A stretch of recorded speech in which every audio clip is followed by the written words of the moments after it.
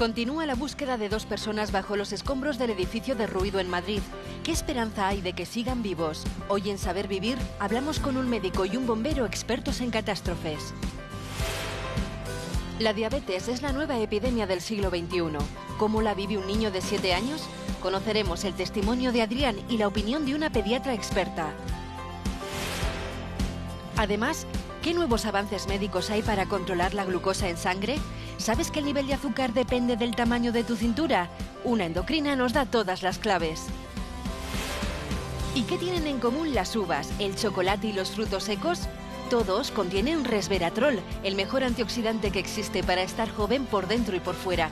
Te lo contamos en los próximos minutos, aquí, en Saber Vivir.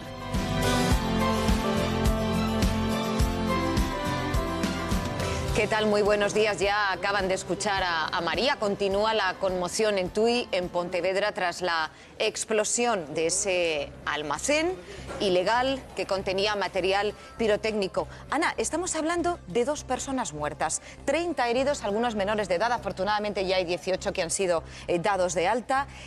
Una zona de devastación por la deflagración de la explosión. Claro, entiendo que la ciudad ha amanecido con muchísimo susto. Hay muchos vecinos que han tenido que abandonar sus casas, que tardas horas en reponerte de un susto. Claro. Es decir, aunque realmente dicen que hay 30 heridos, decías, que la mayoría eran leves, seguramente se atribuirán heridos que tengan heridas físicas, pero yo creo que el miedo psicológico, es decir, eso va a durar más tiempo y muchas veces no se consideran que esos son heridos. Y hay veces que no hay lesiones físicas que se vean, pero porque si no estaban muy cerca de la explosión, pues a lo mejor no tienen quemaduras, pero la onda explosiva, el sonido se transmite a largo, en distancias muy largas, y sobre todo, como ha sido de golpe, uno de los órganos que se nos puede afectar es el tímpano, porque, claro, vamos a ver el corte, vemos un corte transversal, vemos la oreja.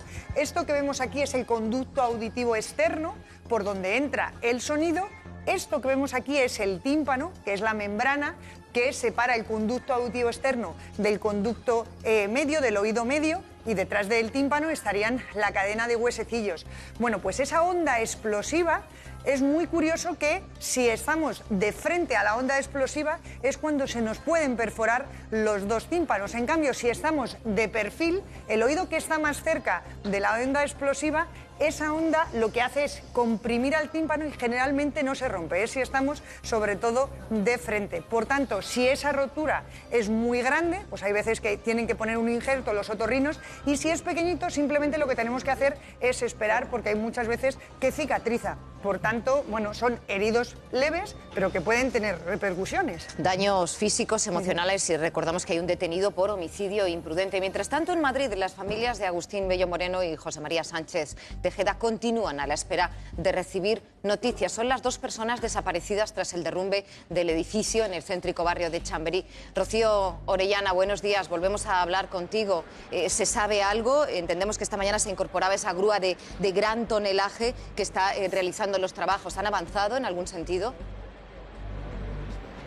Pues Macarena, los bomberos nos dicen que están avanzando, que están contentos con el trabajo que están realizando también durante toda la madrugada, porque no han parado de desescombrar toda la zona, pero no hay buenas noticias porque ni siquiera se ha podido localizar todavía el lugar en el que estarían estos 2 hombres, que todavía a esta hora ya han pasado 42 horas y continúan todavía sepultados bajo los escombros. Estamos viendo efectivamente, como dices, durante toda la mañana cómo el despliegue aumenta. Hay entre 40 y 50 efectivos y efectivamente han entrado diferentes grúas de distintos tamaños que están ayudando en esas labores de desescombro que hasta ahora habían sido de manera manual ante el peligro de derrumbe. Nos dicen que la situación todavía es muy delicada, que dentro del edificio todavía hay mucho riesgo, incluso para el personal de bomberos que está actuando en el interior, y que continúan trabajando sin descanso, pero todavía, Macarena, no hay noticias de estos 2 hombres que continúan bajo los escombros.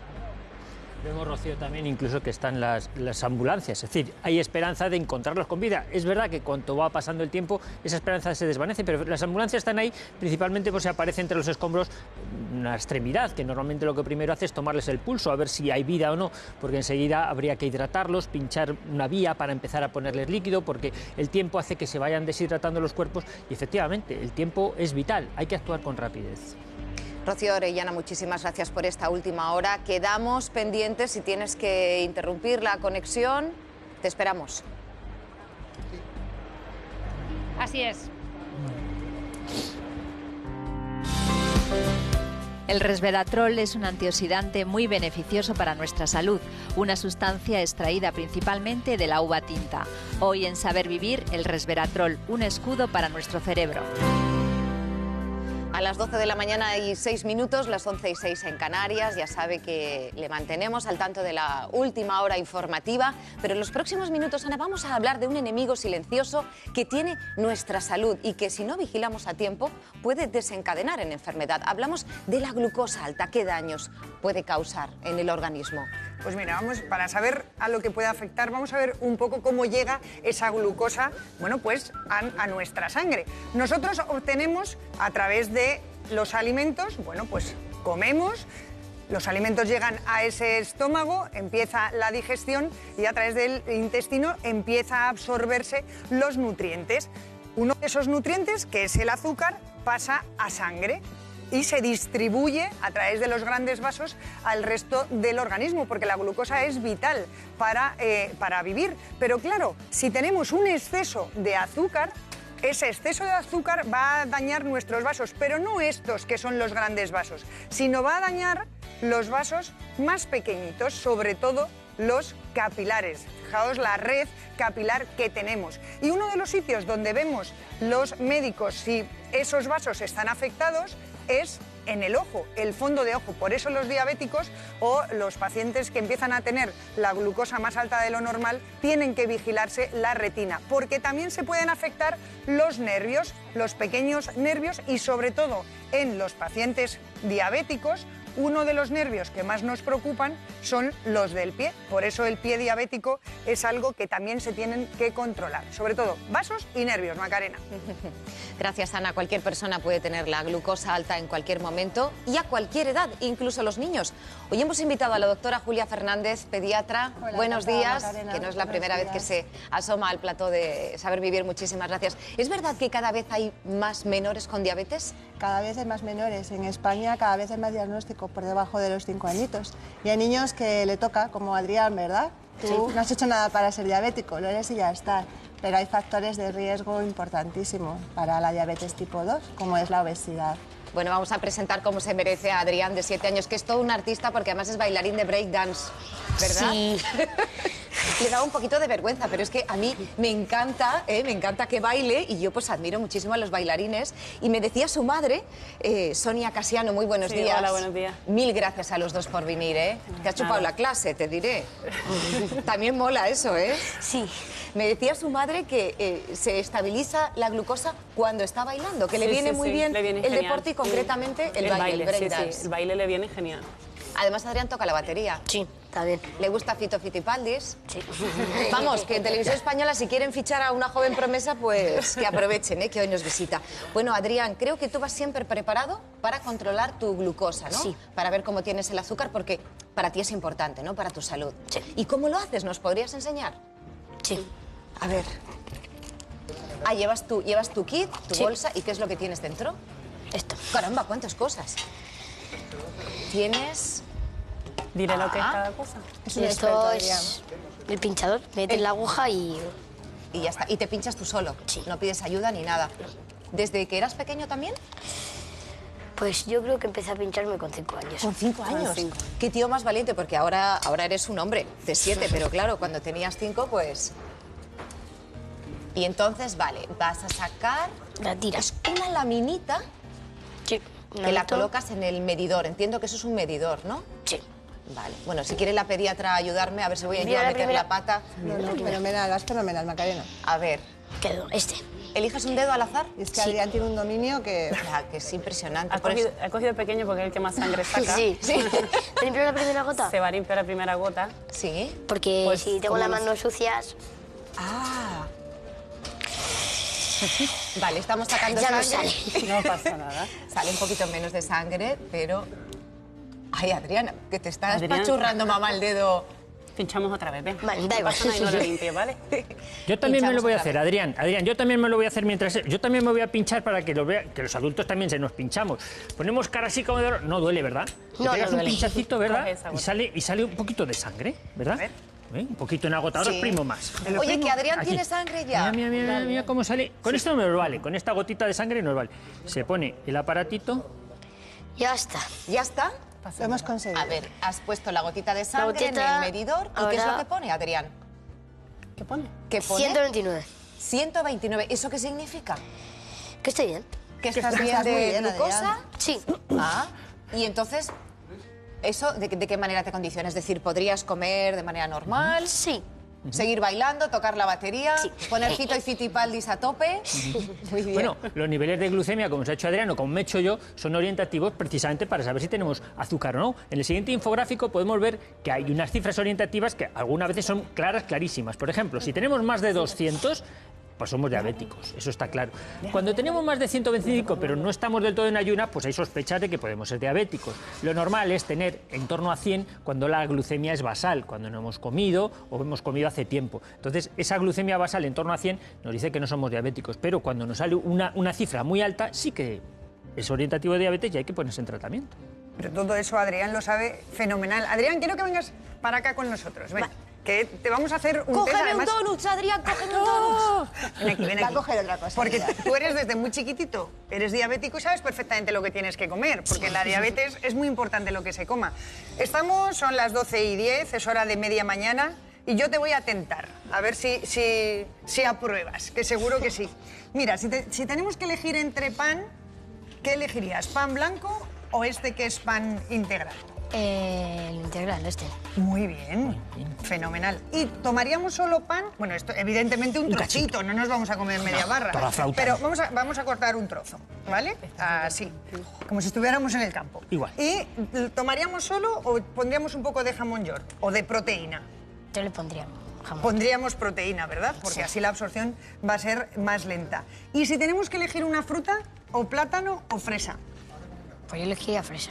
¿Tú elegirías fresa? Sí. Bueno, me ha dicho antes que el plátano no le gusta, entonces por eso elegiría fresa. Juega con ventaja. El plátano también está bien, ¿eh?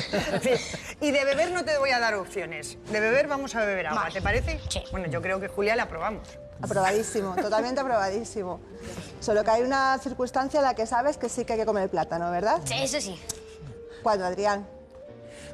¿Cuál sería? ¿Cuándo habría que comer plátano? Cuando nos encontramos mal, ¿no? Y pensamos que tenemos la glucosa bajita, pues es mejor el plátano. Pero Es vamos, mejor plátano, porque perfecto, de esto 10. mi madre me ha contado que tiene menos azúcar. Claro, muy bien. Y si nos pasamos a este lado, que es como la parte más tentadora de la mesa, que hay... Mira, mira lo que hay aquí, Adrián, Hay mira. chucherías, hay Mira, dulces. mira lo que hay, ¿Tú Adrián. comes chuches? Pues en los cumpleaños... Bueno.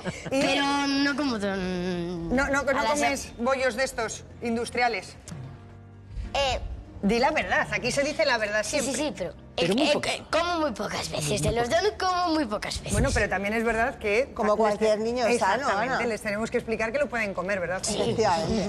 Pero como cualquier niño sano, cualquier niño como tú, que es niño sano, pues cantidades poquitas y no a diario. Bien. Como lo haces, que lo haces fenomenal. No, y además, Sonia, tenemos aquí un bizcocho casero. Claro. Si tuviéramos que elegir entre bollería casera o bollería industrial, ¿tú elegirías? ¿Mamá te hace bizcochos?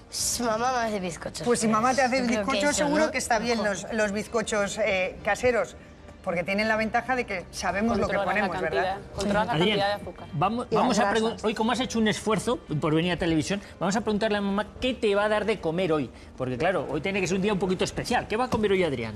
Pues mira, habíamos pensado que le íbamos a dar lentejas porque pensábamos que iba a estar un poco alto por los nervios del plató, pero como está bien, pues podemos darnos un capricho, quizás una pasta que decía que quería.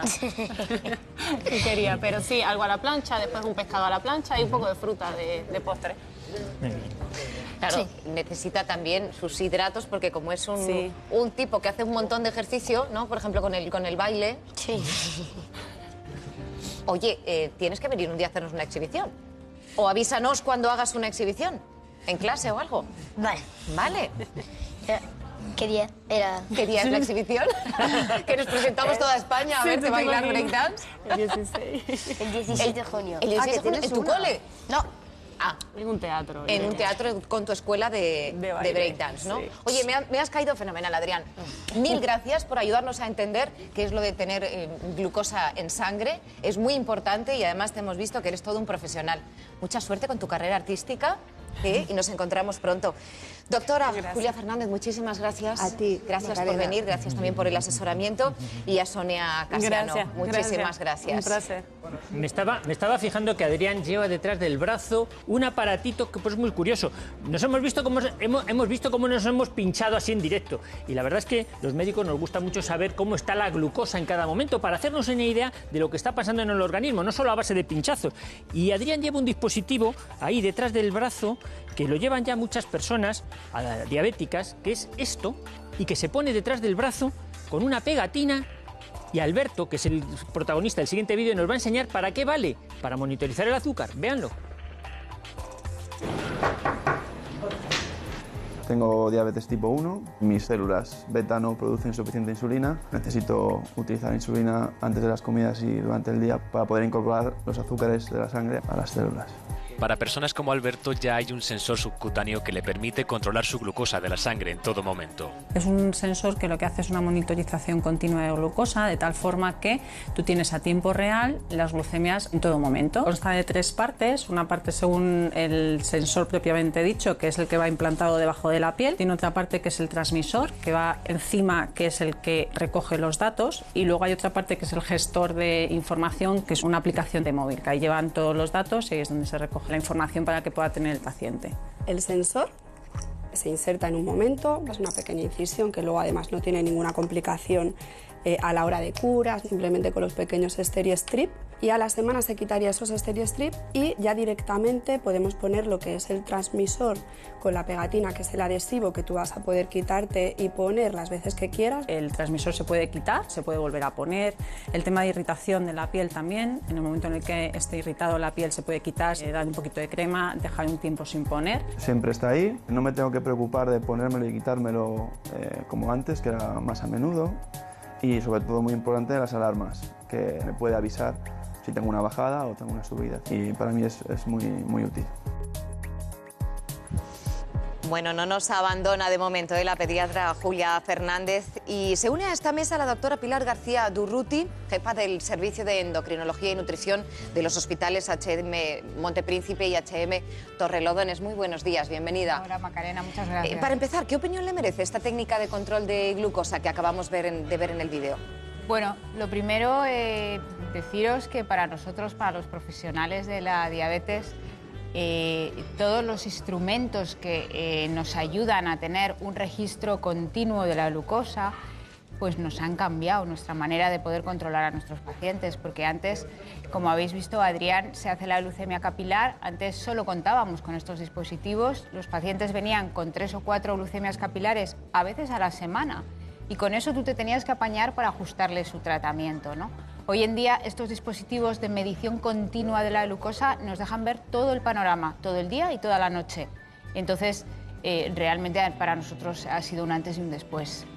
Un antes y un después. En ocasiones, cuando llegan los resultados de las analíticas, ¿no? de los análisis de sangre, a veces aparece el nivel del azúcar muy alto y hay personas que no le dan mucha importancia. ¿Cometemos un error no dándole importancia a ese dato?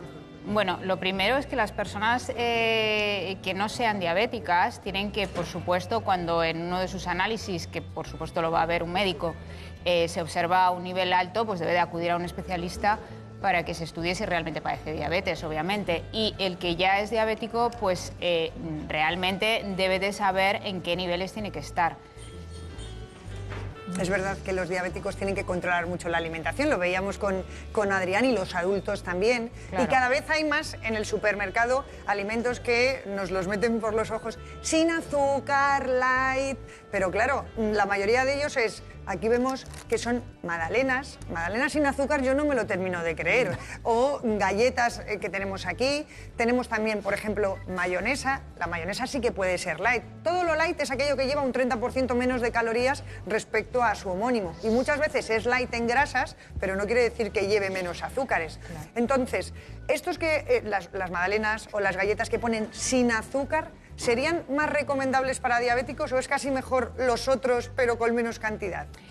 Me alegro muchísimo que me hagas esta pregunta, Ana, porque es súper importante que los diabéticos sepan que todos estos productos que ha sacado la industria alimentaria con idea de captarlos a esta población que cada vez es mayor, realmente son productos muy poco sanos porque llevan mucha química, llevan muchos edulcorantes y no digamos ya para un niño que lo va a utilizar durante muchísimos años en su vida. Entonces yo soy absolutamente contraria a todos los alimentos que son aptos en teoría para diabéticos. La pediatra sentía al escuchar, totalmente, no a los alimentos procesados.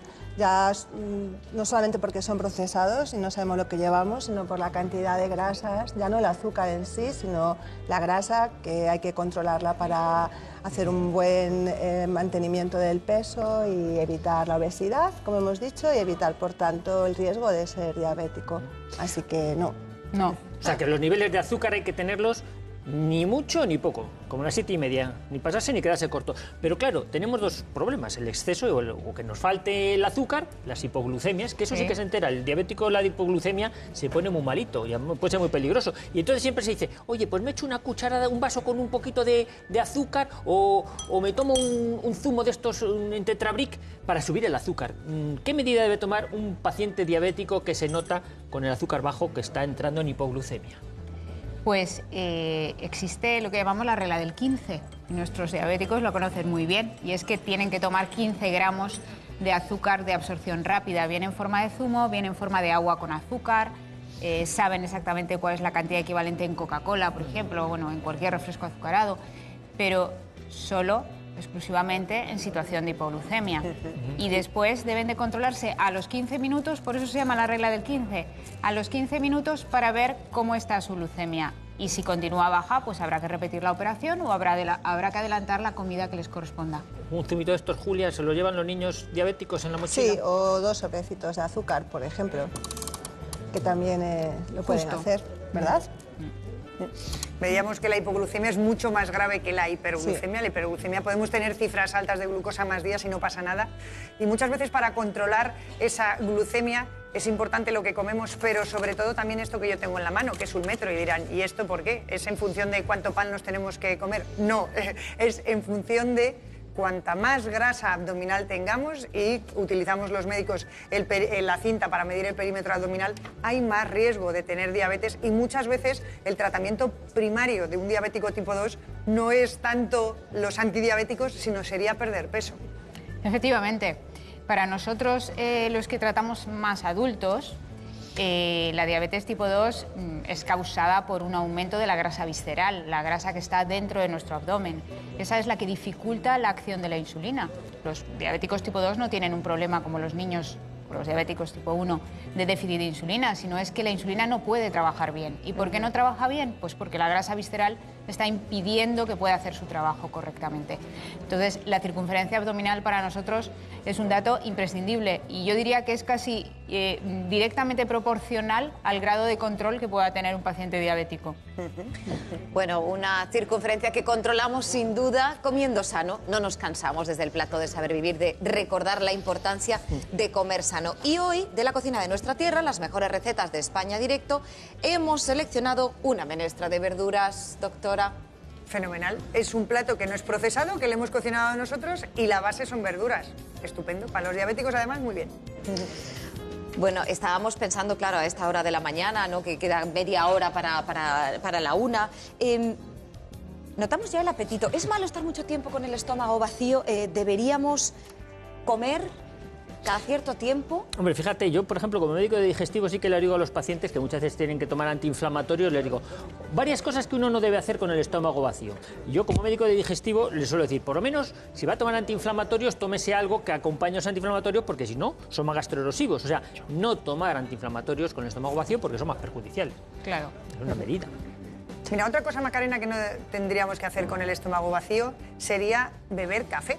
Porque generalmente, ¿qué ocurre? Nos levantamos por la mañana y hay mucha gente que lo primero que hace es tomarse un café recién levantado con ese estómago vacío. El café estimula la producción de ácido clorhídrico y, bueno, pues nos puede sentar mal. Y además es que el café nos estimula, por tanto, cuando nos levantamos es cuando más alto tenemos el cortisol. Vamos a esperar a las 10 o las 11 que empieza a bajar el cortisol para tomarnos ese café y además hacerlo pues con un trocito de pan y jamón york, como por ejemplo antes Adrián.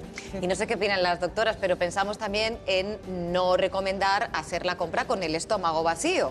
Es un buen consejo, ¿no? Sí, eso es algo que está absolutamente comprobado. Sí. Cuando hacemos la compra con el estómago vacío compramos más y compramos además productos innecesarios probablemente, ¿no? Compras más por lo que te apetece en ese momento que lo que realmente necesitas en tu casa, ¿no? O después de hacer deporte, ¿verdad, Pilar? Después de hacer deporte también. Al gimnasio voy a hacer la compra. Sí. Horror. Importante, creo que ese es un error que tengo yo que revisar. Julia Fernández, Pilar García Durruti, muchísimas gracias a ambas por haber vuelto. A vosotros. Gracias. Bueno, que andamos preocupados por la salud es evidente, que queremos vivir más años es evidente. Y a veces salen moléculas, oímos hablar de moléculas que prometen la eterna juventud, la vida indefinida, la eternidad. ¿Acaso el resveratrol es la molécula, el elixir de la eterna juventud? Vamos a verlo. Si queremos envejecer lentamente y con salud, hay algo que puede ayudarnos. Se llama resveratrol y es un compuesto que producen las plantas para defenderse de diversas enfermedades. Y de la misma manera que protege a las plantas, el resveratrol nos ayuda a nosotros a cuidar la salud cerebral y cardiovascular, así como a ralentizar el envejecimiento. El resveratrol se sintetizó por primera vez en 1940, pero fue en 2003 cuando el doctor Sinclair descubrió que este compuesto era capaz de aumentar la vida de las células hasta un 70%.